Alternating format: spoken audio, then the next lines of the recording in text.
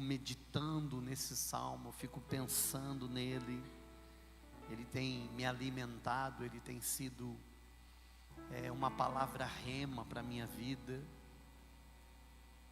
para o meu ministério, para como nós precisamos de lidar com muitas coisas. E esse salmo tem sido uma palavra muito pontual de Deus para a minha vida nesses dias. Alguns estudiosos dizem que esse salmo da Gabi, ele é o padrão de uma oração de arrependimento.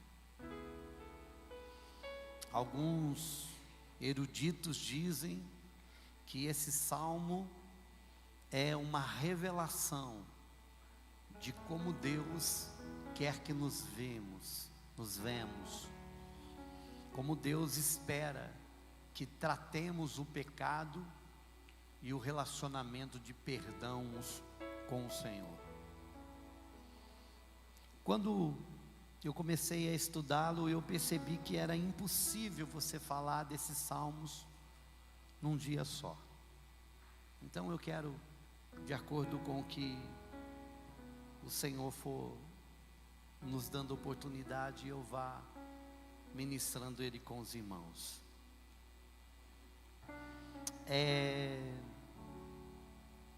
O desejo do meu coração nessa manhã, e tem sido a minha oração, é para que haja um entendimento melhor, maior e mais profundo do que é o nosso relacionamento com Deus.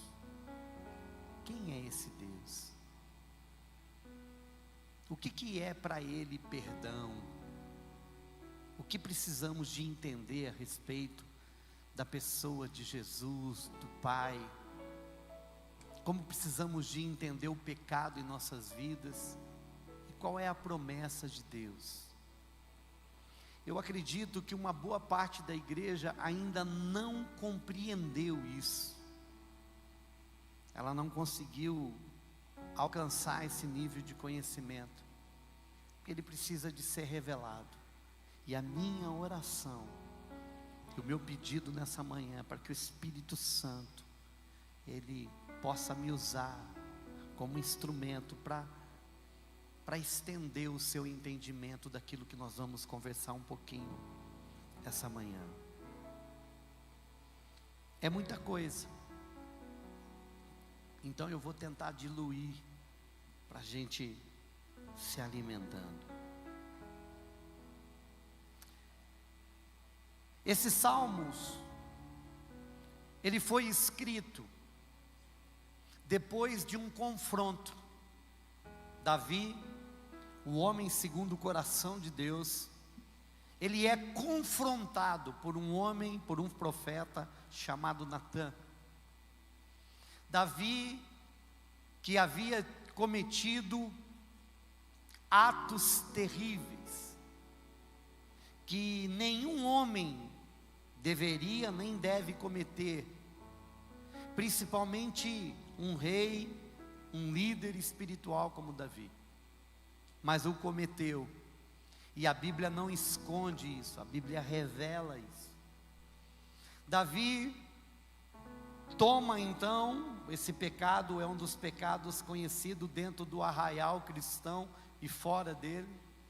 Davi então toma uma mulher maravilhosa, linda, chamada Betseba. A Bíblia diz que um dia, enquanto os reis, na época, o texto começa assim, em 2 Samuel, na época em que os reis saíam para a batalha, Davi fica no palácio. Ele sai então na sua varanda, e ele olha para uma determinada casa, e ele enxerga e vê uma mulher, que era a mulher de um dos seus soldados, chamado Urias, tomando banho. Ele então não desvia o olhar, continua vendo, e toma então uma terrível decisão, manda chamá-la. E é interessante que quando o servo vai chamá-la, ele chama a mulher, e quando Davi pede para que ele vá, ele fala: Betseba, a mulher de Urias, dizendo então para Davi: Davi, olha o que você está fazendo. Ela tem marido, e o marido dela é Urias, e o seu soldado que está na guerra, lutando no teu nome por Israel. Davi ignora, como eu e você ignoramos, os sinais do Espírito Santo. Esses dias eu estava conversando com alguém e eu disse: quero falar para você, um homem e uma mulher que é salva, que entregou a vida para Jesus. Com certeza, antes de cometermos qualquer tipo de pecado, o Espírito Santo fala conosco. De uma forma ou de outra, o Espírito Santo fala conosco. Ah, pastor, não falou, fala. E você vai entender de que forma que ele fala essa manhã. Mas então, Davi ignora os sinais, ele ignora a informação, ele toma Betseba, se deita com ela. Pastor, que coisa terrível, como é que pode? Então, irmão, não podia, mas ele fez.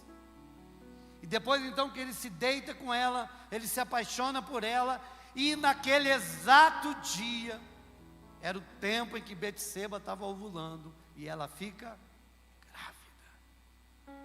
Como diz a máxima, desgraça pouca é bobagem. Passado alguns dias, ele recebe então a notícia de que Betseba está grávida.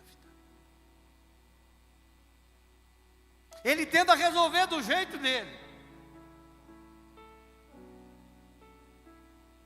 Ele manda chamar Urias e tem uma ideia extraordinária, humanamente falando. Vou chamar Urias, e chama ele, fala: Urias, como é que está lá? Com o pretexto de saber como é que está a batalha. Ele diz: a batalha está tudo em ordem, Senhor. Seus servos estão lá, Joabe está na direção, e nós estamos lá, vencendo pelo Senhor, lutando pelo Senhor. Então tá bom, Urias, então vai para a tua casa, lava os pés, toma um banho, passa uma noite com a tua esposa, Urias. A ideia era, ele vai, faz tempo que está longe da esposa, com certeza vão ter uma noite, vão se relacionar, e aí o filho é de Urias. Mas o que Davi não contava era que Urias era um homem extraordinariamente fora do cabo, um camarada leal. E ele, sabe o que ele faz? Em vez dele ir deitar com Betseba para a casa dele, ele vai para onde ficavam os soldados e ele passa a noite lá. De manhã vem a notícia para ele. E aí Urias, não, vem alguém falar: não, Urias passou junto com os soldados, ele não foi para casa. Davi então fala: e agora? Chama Urias e fala: Urias, o que aconteceu?